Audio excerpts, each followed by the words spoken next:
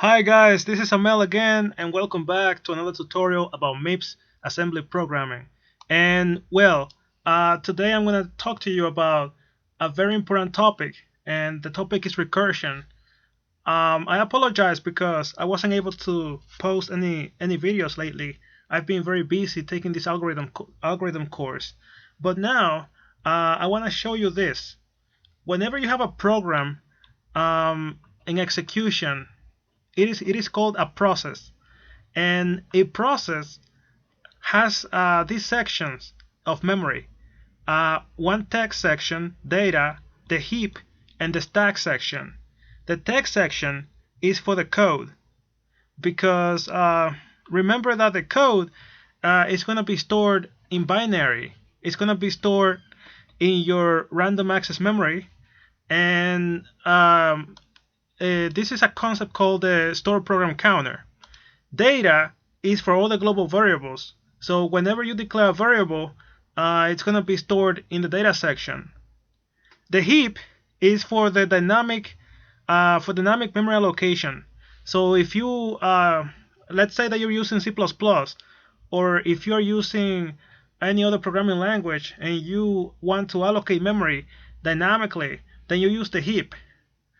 So you as a programmer in C++, then you have to um, delete the anything that is in dynamically allocated memory. And the stack is the most important section for this video because without the stack we wouldn't be able to do recursion. So please understand this right here. If you understand this picture right here, you will be able to understand recursion a lot easier, a lot better. So I want to tell you what recursion is all about. So this is what recursion is about. Recursion is when a function calls itself. And this is like the most popular definition of recursion. If you're watching any other tutorials about recursion, that's what people are going to tell you, when a function calls itself. So I want to show you right here the factorial function. Recursion is very popular in mathematics and also in computer science. And factorial function right here in mathematics can be defined recursively. So this is a function, and these are the conditions. So if n equals 0, then the function is going to give you 1. But if the number is greater than or equal to 1, the function is going to give you the number multiplied by the function itself evaluated 1 minus the number. So don't worry. I know that maybe this doesn't make a lot of sense to you now, but let me show you what factorial is. So right here you can see that, let's say that you say 8 factorial. So factorial is a mathematical concept, and the symbol for factorial is exclamation sign. But this is actually, let's say 4 factorial. So 4 exclamation sign is 4 factorial. So what this equals is 4 times 3 times 2 times 1. Or if I say 3 factorial is equal to 3 times 2 times 1. So, and if I do the arithmetic, 4 times 3 is 12, times 2 is 24, times 1 is 24. So 4 factorial is equal to 24, and 3 factorial is equal to 3 times 2, 6, times 1, 6. So now you know what factorial means. And mathematicians, they have defined 0 factorial. It is defined to be 1. Don't ask me why, but this is just the way mathematicians define 0 factorial. You should ask a mathematician if you want to know why 0 factorial is defined to be 1. But now that you know what factorial is, I'm going to go back to the recursive definition of factorial. So you can see that the factorial of any number is equal to 1 if the number is 0, or it is equal to the number multiplied by the factorial of the previous number if the number is greater than or equal to 1. So don't worry if it doesn't make sense. It will make sense. Don't worry now.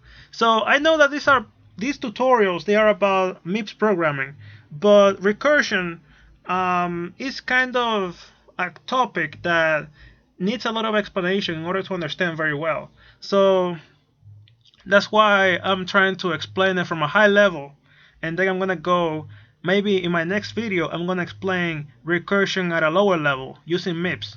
But now I'm gonna show pictures, and I'm gonna show you how to actually do recursion in C++, so you can have a good foundation, so you can understand my tutorial later. But what I want to say is the following. Why is recursion useful? Well, recursion is very useful. It's like looping, like iteration. But sometimes recursion is better than iteration, and sometimes iteration is better than recursion. So it depends on the problem that you're trying to solve. So if you have ever taken any algorithms course or any data structure course, you probably know about searching and sorting. So recursion is very useful for searching and sorting, because when it comes to algorithms, we can use a divide and conquer technique. And whenever we have recursion, we can divide a problem into smaller problems of the same type until we reach a final step, the base case. So right here, when n equals 0, it's going to be 1. This is the base case. And if n is greater than or equal to 1, then this is what's going to happen. So without any further ado, I'm going to show you in C++ how it works. So C++ right here, and let's do sharp include less than IOStream greater than, using std : cout, and I'm going to use also nline. So integer main, the main function, and return 0. So I want a function that's going to calculate the factorial of any number. So integer find factorial, integer number. So this is the prototype right here, and now I'm going to implement the function find factorial, and it's going to take a number, and I'm going to take a look here. So if n equals 0, then it's going to return 1. Otherwise, it's going to return this. So it's pretty easy. So if the number is equal to 0, then return 1. So this right here is the base case. Else, return the number times find factorial of the number minus 1. So what this means is that this is the base case. So whenever the function reaches the base case, this is where the function is going to stop. Otherwise, the function is going to be calling itself over and over again. It's going to be repeating itself, calling itself. And it's going to be calling itself, and you can think of it as looping, like looping itself, calling itself. But whenever the condition is met, whenever the number is equal to 0, then it's going to stop calling itself. What it's going to do is that it's going to return an answer. And the answer is going to allow this function to calculate the right value. Okay, don't worry if you don't understand, because I'm gonna show you exactly how it works. So right here, I'm gonna test it.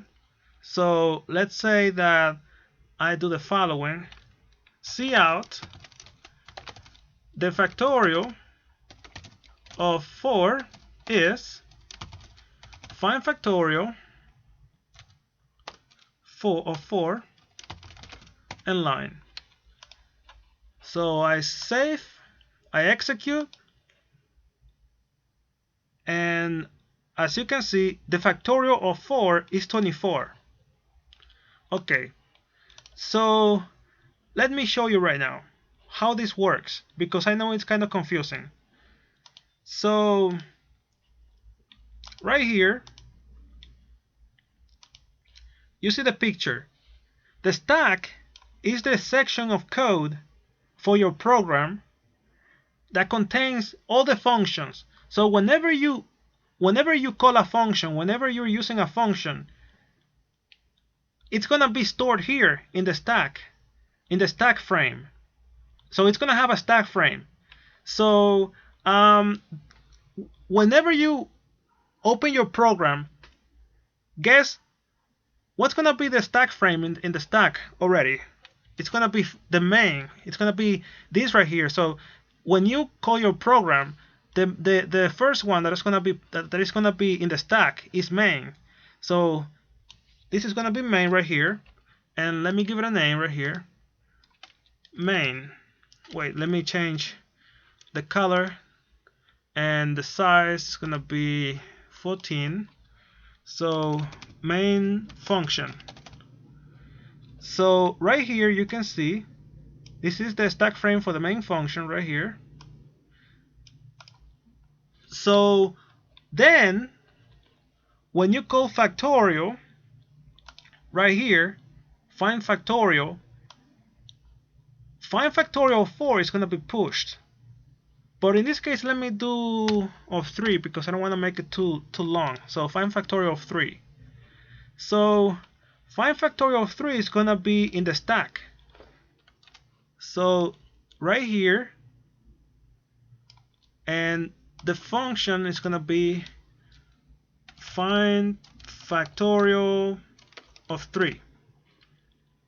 So then if we go back, when you call the function with the number 3, if the number equals 0, do this, but the number is not equal to 0, it's equal to 3. So it's going to say 3 times find factorial of 2.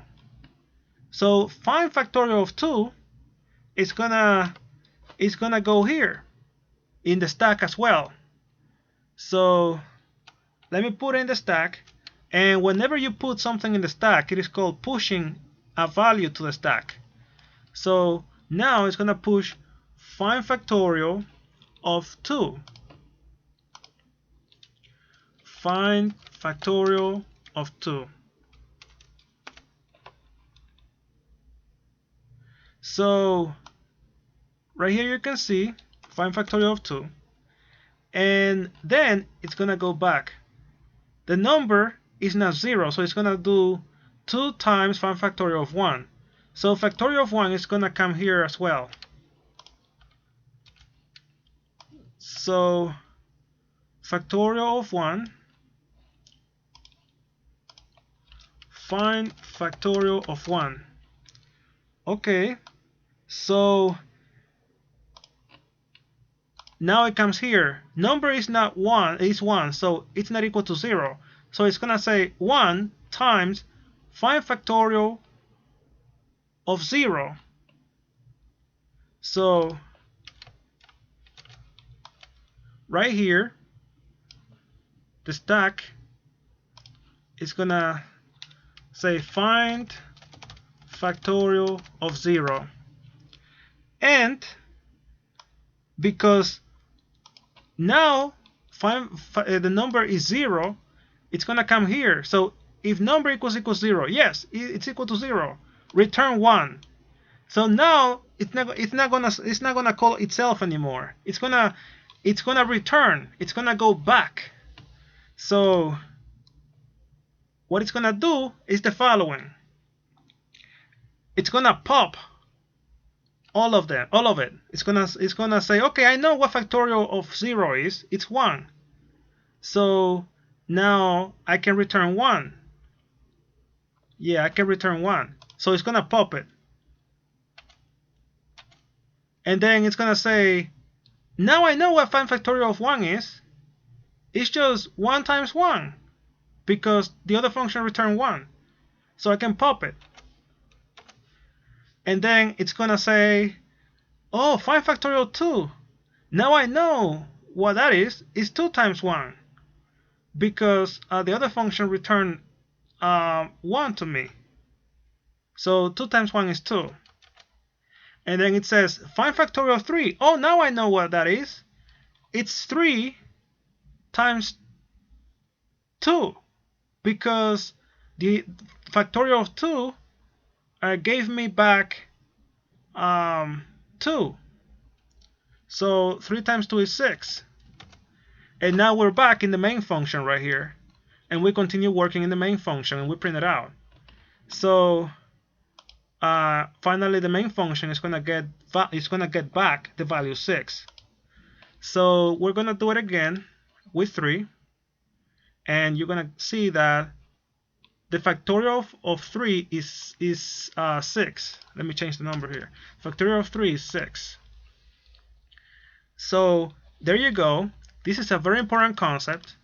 So this is just preparing you guys so you can understand my next tutorial, in which I'm gonna be talking about this same thing, this same program, and recursion and divide and conquer, but using MIPS. I wanted to give you this introduction because in this way you will be able to understand better what I'm talking about. So I'm gonna do it again. So this is what happened. So you have 3 times factorial, or find factorial of 2. But find factorial of 2 doesn't know what the value is. So it's gonna say 2 times find factorial of 1. And then find factorial of 1 doesn't know yet. So it's gonna say 1 times find factorial of 0. And then it's gonna say, oh,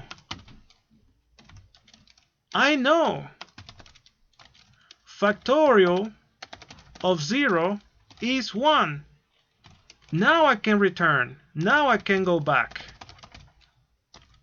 And then it goes back with the value 1. So it gave back 1. So now 2 times 1 is 2. So this one says, oh, I know 2 times 1 is 2. So now I can go back. And that one goes back with 2. And now it says, oh, find factorial of 2 is 2. It gave me back 2. So it's 3 times 2, which is 6. Now I can go back. And then it goes back, and main gets the value of 6. And there you go. That is the main concept of recursion. A function calling itself, and whenever you call a function, remember that the function is going to go to the stack section of memory. And in this case, the stack is growing downward, because it's like a stack of plates. It's just like putting one thing on top of another. And then you can only remove it from the top of the stack. And then when you are putting stuff on the stack, it is called pushing elements to the stack, pushing a function to the stack. When you are taking it off from the stack, it is called popping an element from the stack. When you are putting the elements to the stack, it is called unwinding. And when the functions are coming back, when they are going back to the caller, the whole process is going backwards. That is called rewinding. So I hope you understand the main concept. Remember that recursion is a very powerful technique. I really want to help you out to understand it. And in the next tutorial, I will try to teach you how to do recursion at a lower level using MIPS assembly language. So thank you very much for watching, and see you next time. Okay, bye.